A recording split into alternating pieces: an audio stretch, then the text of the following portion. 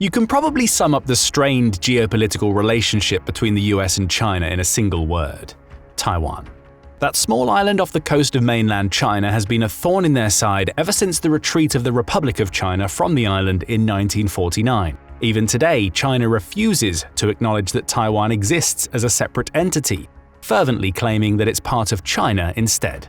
The rest of the world is taking sides in this conflict, albeit on the down low. The rest of the world, that is, apart from the US and its allies. While the US doesn't formally recognize Taiwan, nor conduct direct diplomatic relations with the island, you wouldn't be able to tell based on how much support the US government has provided to them for decades. But the latest round of support is all but direct acknowledgement that the US might be finally ready to formalize relations with Taiwan, regardless of China's protests on the matter. The US has pledged $571 million in direct military support to Taiwan in the form of donations or sales of military equipment, vehicles, and ammunition. All of these would eventually become available for Taiwan to use as part of its military forces, which would ideally allow it to negate some of China's aggressive posturing in recent months. But what exactly is in the allotment for the military aid? How does it threaten the current US-China relations, and could it have far-reaching consequences? In this video, we'll go over each of those points and explain how it could be a devastating blow to China. First, let's delve a bit more into the specifics of what this round of military aid entails.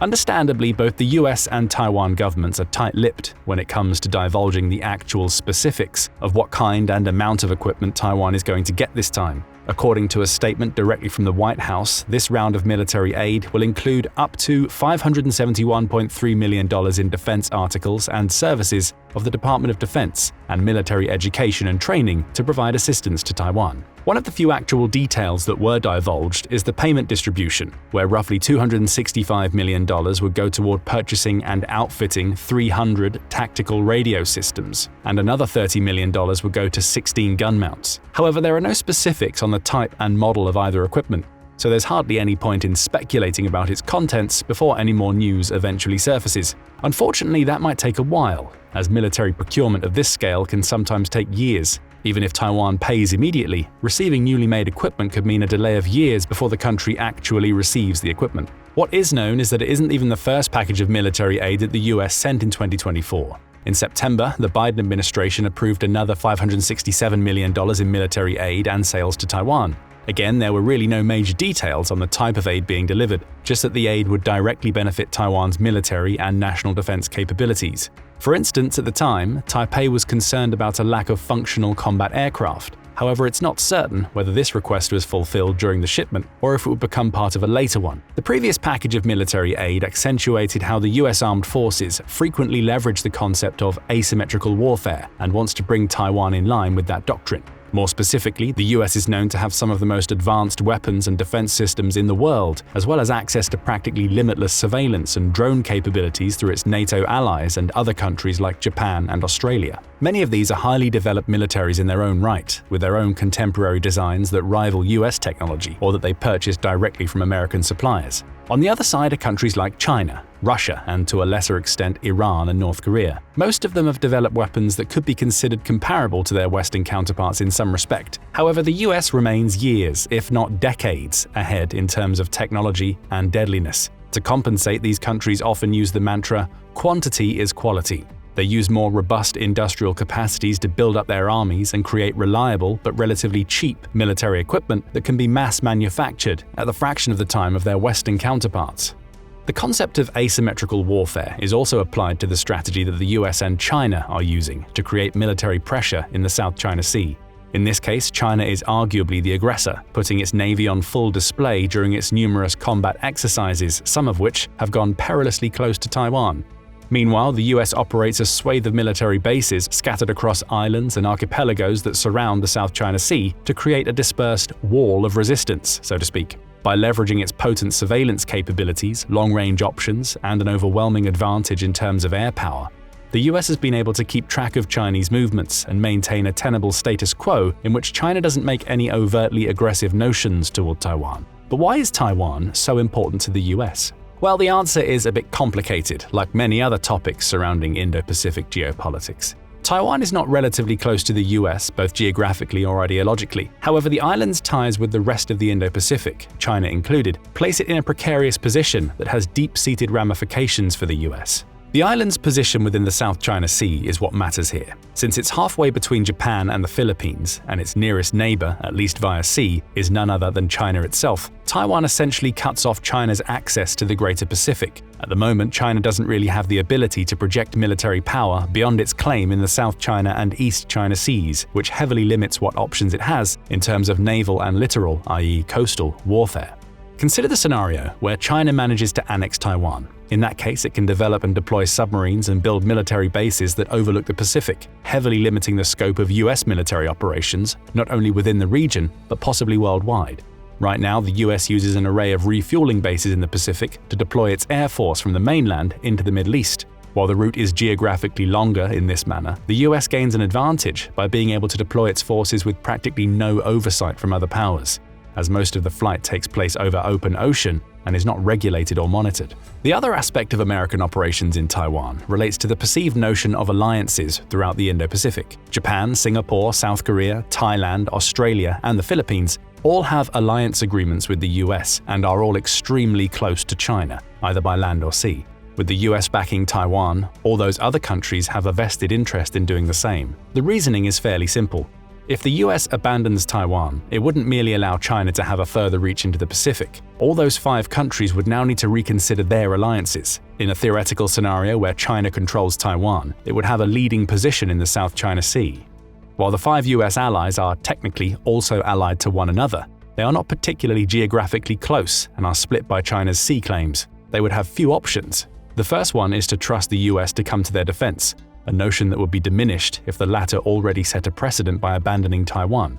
Secondly, they might ally themselves with China, or at least placate it and agree to some of its demands, which would likely have a negative effect on their economies and geopolitical independence.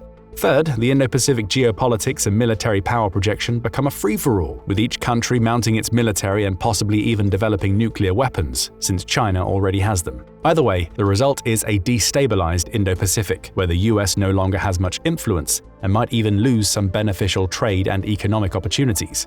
Another major reason why the US and perhaps the rest of the world might have a vested interest in keeping Taiwan independent from China is economics. The small island is responsible for creating a vast majority of semiconductors and computer chips, which are necessary for practically any industry due to the global reliance on technology. Bloomberg has attempted to map out the ramifications on the global GDP in scenarios where China blockades Taiwan with or without drawing the US into a conflict. If China mounts a blockade on Taiwan, its exports would practically grind to a halt, causing a potential global economic crisis, one that easily outstrips the grain crisis during the initial months of the war in Ukraine, or the supply chain issues during the COVID pandemic. According to Bloomberg's analysis, Taiwan would lose around 12% of its GDP due to the complete stopping of trade. The lack of semiconductors on the global market would lead to a roughly 5% decline in the global average GDP, while the US would lose roughly 3.3% of its GDP. The second scenario, in which the Chinese blockade is successfully answered by the US declaring war and bringing in its allies in the Indo-Pacific, has even worse projections. In that case, US-China trade, as well as the trade between various Indo-Pacific countries, would similarly be affected by the conflict. Taiwan's economy would drop by an astounding 40%. The global average GDP might go down by more than 10% as countries impose economic sanctions and tariffs on one another. However, the countries in Southeast Asia would be disproportionately affected as they enter a wartime economy and have to contend with China withdrawing its own trade. The two scenarios might seem a bit paradoxical when you take an overview of only the economic numbers. Based on these figures, the world would technically lose less in terms of economic growth if China blocked Taiwan unimpeded. However, you have to keep in mind the geopolitical ramifications of this move. If the US doesn't defend Taiwan, the action would essentially be a repeat of the invasion of Ukraine, only this time, NATO wouldn't come to the rescue. The result is an authoritarian takeover of a democratic country, a move that could plunge the world into another Cold War or even the Third World War. To that end, the US maintaining unofficial relations with Taiwan and reinforcing its national security goes beyond the former's image of world police. It shows the basics of international relations when it comes to protecting a country's sovereignty and maintaining its borders. Additionally, whether or not the US decides to intervene, the economic ramifications are still a net negative for the entire world. And if China does manage to annex Taiwan, it will be able to control where and how it exports its products. Considering that China would use the move to project more military and geopolitical power into the region, it's highly unlikely that an annexation of Taiwan would then lead China to increasing its trade with the US. It's more likely that the US loses out on vital semiconductor and chip trade, which would then cripple its domestic industries and research opportunities. Essentially, what would start with a loss of economy could spiral into China quickly catching up to the US's technological levels, especially in terms of military capabilities. So with that in mind, what is the US doing to protect Taiwan exactly? Well, the details that come with each round of military aid and sales to Taiwan are never disclosed to the public, leading to plenty of speculation but very little substance. Both military aid packages in 2024, in September and December, only mention that the US still maintained its stance on providing mutually beneficial national defense-related services and military training. Out of the available details for 2024 is that Taiwan actually received new US-made Abrams M1A2 tanks, which are among the most technologically advanced and reinforced military vehicles to date. However, this is part of an order that was placed back in 2019, showcasing the pace at which military aid and sales are actually accomplished. The reports on the tanks finally arriving in Taiwan to replace the obsoleting models from the Cold War also mention that the US still has 70 more tanks to deliver as part of the same order. The rest of the tanks are expected to arrive between 2025 and 26. In a similar vein, most sales that the US has announced for Taiwan are either in progress or have been completed a long time ago and have only recently been fulfilled by the US defense contractors. Due to Taiwan being a relatively small island nation, its national defense systems favor long-range deterrent strategies, such as anti-air defense systems and missile platforms, rather than traditional land vehicles. Still, the country has acquired a solid amount of both, and all from sales that were conducted from 2000 onward, showing at least 2 decades of continued investments. For an example of deterrence strategies, take the Patriot anti-air defense batteries, which have performed incredibly in the ongoing war in Ukraine, and were a part of the reason why Russia, with its considerably larger air force, has failed to maintain air supremacy over Ukraine. Taiwan has purchased 7 batteries from the US, with the first batteries arriving on the island in 1997 and 2001. In 2009, 3 newer PAC-3 systems arrived on the island, which are supposedly capable of detecting and countering the faster ballistic missiles. Each modern Patriot system costs around $1.1 billion, so it would take 2 of the more recent military packages to cover a single system. In 2010, the countries renewed the agreement, upgrading the previous PAC-2 models to PAC-3. Then in 2022, the nations renewed a contract which now included an order for 100 PAC-3 missiles worth $833 million. The missiles should start being delivered sometime in 2025, with the order expected to be completed by 2026. The other long-range system is the HIMARS, which has also been showcased in the war in Ukraine. The HIMARS is an offensive system, focusing on launching missiles that have lower range but higher mobility and penetrative capacities. They can theoretically be used to deploy surface-to-sea missiles to target opposing ships, which could limit the impact of a Chinese blockade and compensate for Taiwan's lack of air forces. The first administration of President Donald Trump was the one responsible for selling the HIMARS system to Taiwan, with an order of 11 systems and 64 missiles, worth $436 million in 2020. Like before, the systems are only expected to arrive sometime between 2025 and 26, likely in waves.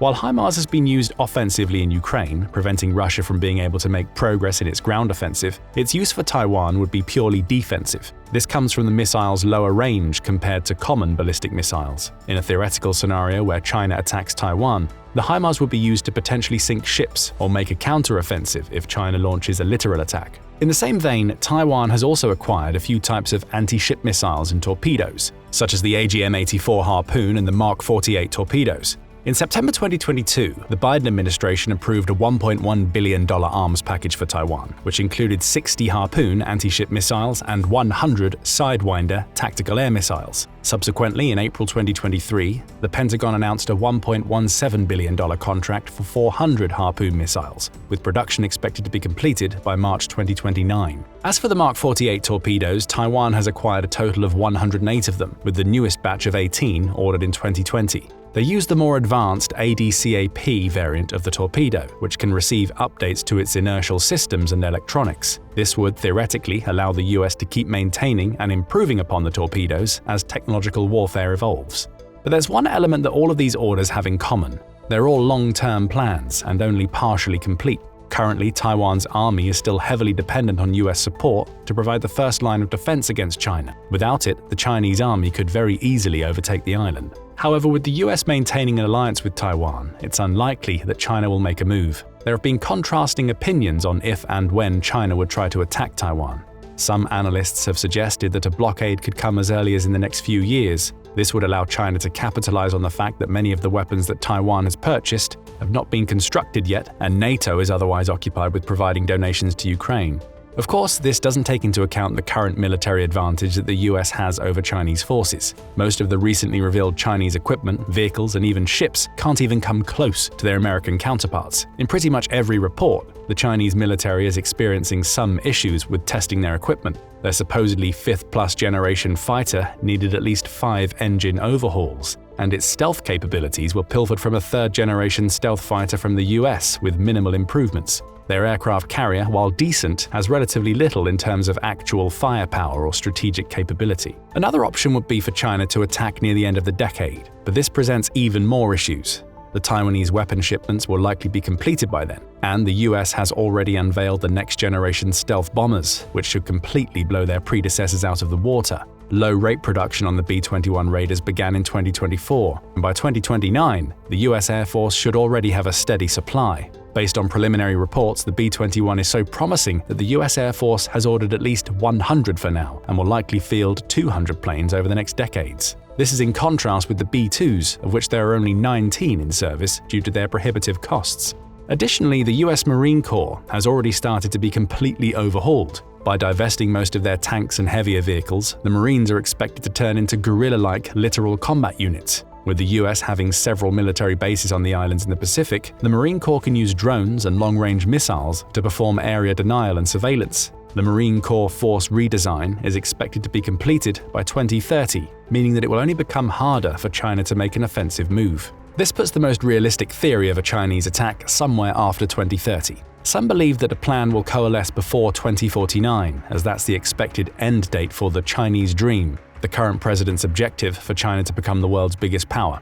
Obviously, annexing Taiwan plays into that plan, as it would signal that China has more influence and military power in the area than the US.